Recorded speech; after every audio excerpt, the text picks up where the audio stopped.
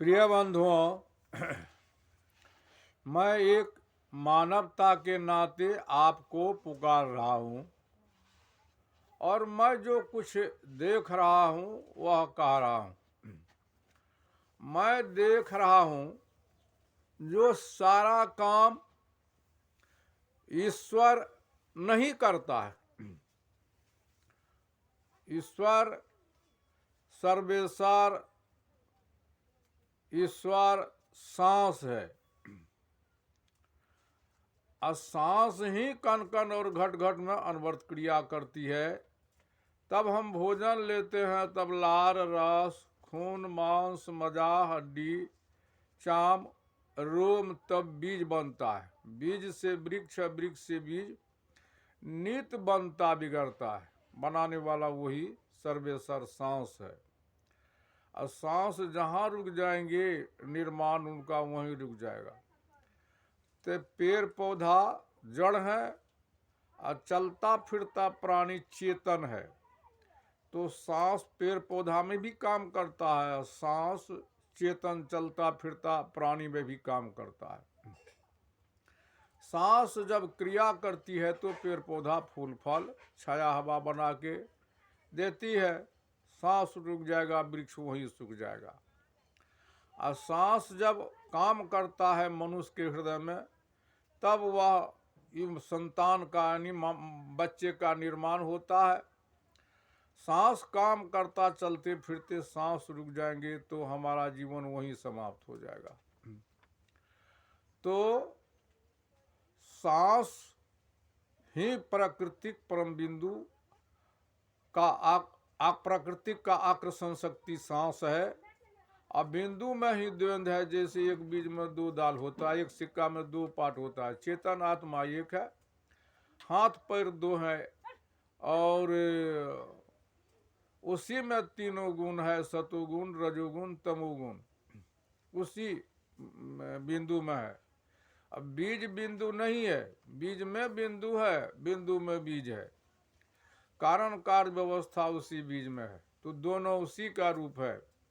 पेड़ पौधा जड़ के सहारे, हम आप सांस के सहारे। तो सांस यानी ईश्वर, इनके बिना पत्ता भी नहीं हिल सकता। लेकिन सांस का ही सत्ता यह चेतन आत्मा है,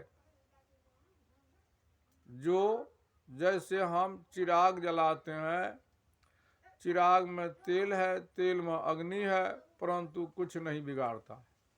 सलाई में काठी है, काठी में अग्नि है, परंतु कुछ नहीं बिगाड़ता। और सलाई से काठी निकाल के ज्यों ही हम ऊपर वाली परत पर घसते हैं, चिंगारी निकलती है, चिराग से संधि कर देते हैं तो क्या होने लगता है? प्रज्वलित होने लगता है। कुछ लोग कहता है उनको प्रकाश, प्रकाश हुआ नहीं है, प्रकाश शीशा फोड़ के निकलता है।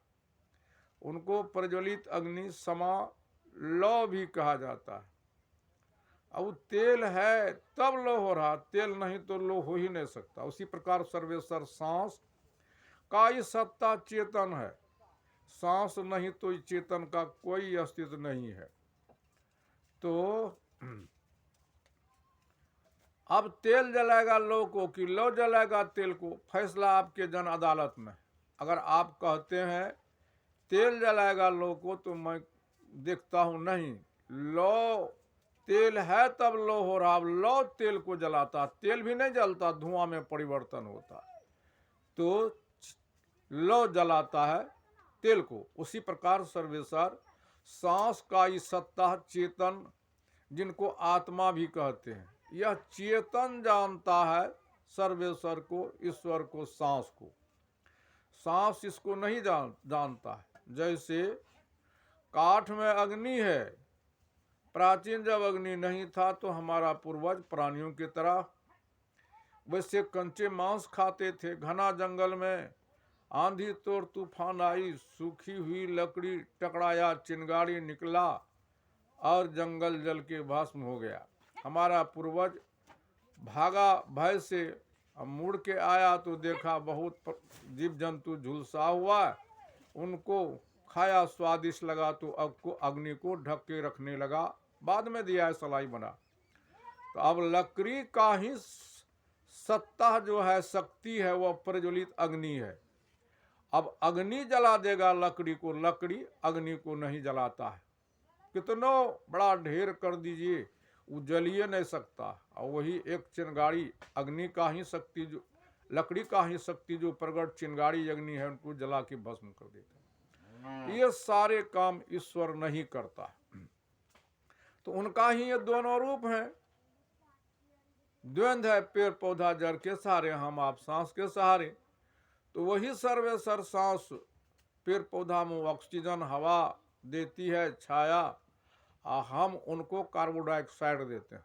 दोनों का काम अलग अलग हो गया। जबकि स्त्री और पुरुष दोनों के अंदर में वही सर्वेसर सांस क्रिया करती। स्त्री के अंग में अंडाणु बनता है और पुरुष के अंग में शुक्राणु बनता है। स्त्री के अंग में बच्चा, पुरुष के अंग में अंडाणु नहीं बनेगा और स्त्री के अंग में शुक्राणु नहीं बनेगा। स्त्री के अंग में बच्चा ढलता पलता है, पुरुष के अंग में बच्चा नहीं ढलेगा पलेगा। स्त्री दूध पिलाती है, पुरुष दूध नहीं पिलाएगा। जैसे बादल बरस रही है, लेकिन वो मेर बांधने, हल चलाने, बीज लगाने के लिए नहीं आएगा।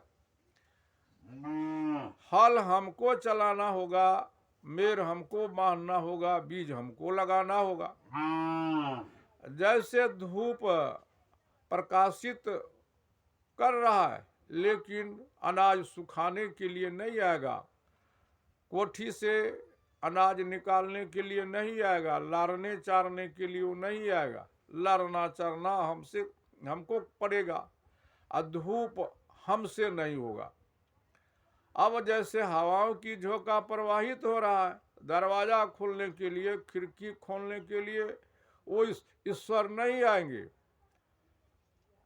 उड़ाने पुराने के लिए अनाज को नहीं आएगा। अनाज हमको उड़ाना होगा, दरवाजा खिड़की हमको खोलना होगा। ये प्रक्रिया दो प्रकार का है, प्रारंभिक और आरंभिक। प्रारंभिक होता है औरों के द्वारा, आरंभिक होता है स्वयं के द्वारा। प्रक्रिया प्राकृतिक ईश्वर के द्वारा हवा प्रवाहित हो रहा है, आरंभिक मेरे द्वारा जो चाहेंगे कर लेंगे। तो सारे काम ईश्वर करता। तो बंधुओं, आज हम लोग ईश्वर पर बहुत बड़ा रक्षणा लगाते हैं। जैसे मीरा धूर प्रणाद के लिए ईश्वर पैदा लिया था, तो आज राम जन्मभूमि बाबरी मस्जिद पर कितनी माँ की गोद सुनी हो गई है, कितनी बहना सिंदूर धुलाए गए, कितने बच्चे अनाथ हो गए हैं। एक संतान के लिए हम और आप फूल का सेज बिछा देते हैं। वो जगत रचिता कहाँ छुपा हुआ है? हम सबों का तो पिता वही है। एक ही सरों में कहता, दुनिया वाले तुझे विध्वंस कर दूंगा, या मंदिर मस्जिद के जगह पर दूसरा स्वरूप बना देता। तो संसार में आज जुल्म होता ही नहीं, जबकि मीरा धूर प्रणाद के लिए पैदा लिया था। ये कितनी बड़ी विडंबना की बात है। वो विष्णु छला है, जैसे नारद को छला था। नारद विश्वमोहिनी रूप को देख करके आश्रित हो गए। तो नारद गया विष्णु से कहने के लिए कि नाथ, आप अपना सुंदर जो रूप रेखा है मुझे दें, हम विश्वमोहिनी स्वयंवर में मुझे बरेगी, हम उनसे शादी करेंगे। तो वास्तविक में विष्णु जैसा वह दिया हो वही बहुत बड़ा सुंदर अपना दे दिया, लेकिन उनका मुंह जो है वह बंदर का जैसा बना दिया। तो नारद आए स्वयंवर में, जिधर विश्वमोहिनी मूर्ति थी उधर जाके नारद बैठते थे। पर विश्वमोहिनी फिर उधर से जब मुड़ देती थी तो कई बार ऐसा हुआ उनका पोल खोला गया। नारद लज्जित हुए। तो ठीक उसी प्रकार विष्णु प्रणाद और हिरण्यकश्यपु दोनों के पिता पुत्र का प्रेम को छला। वह कह रहे थे नारद, जो हम तुम्हारा ईश्वर हैं, तुम्हारा पिता है, तुम हमको सेवा करो, पूजा करो। लेकिन विष्णु इस तरह छला उनको, जबकि सब कोई माता ही पिता के द्वारा जन्म लिया है।